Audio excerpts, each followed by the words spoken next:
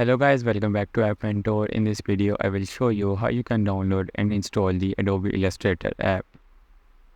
You will have to download the Adobe Creative Cloud app from Microsoft Store. Open up the Microsoft Store and here you will write Adobe Creative Cloud, and here is the Adobe Creative Cloud app. Click on it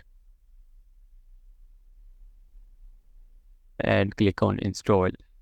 Now you will need an Adobe account, and you can also get a 7-day free trial from Adobe.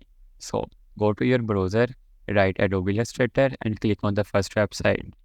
Now once you have opened up the website, click on free trial, select your plan and click continue. Here write your email address and then click continue. Here you will enter your payment details. Now Adobe will not deduct any amount until the 7-day period is ended. So write your card details here and then click agree and subscribe. And here, as you can see, Creative Cloud app is installed. I will sign it from the same account that I just made. And now I will open up the Adobe Creative Cloud app and search for Adobe Illustrator.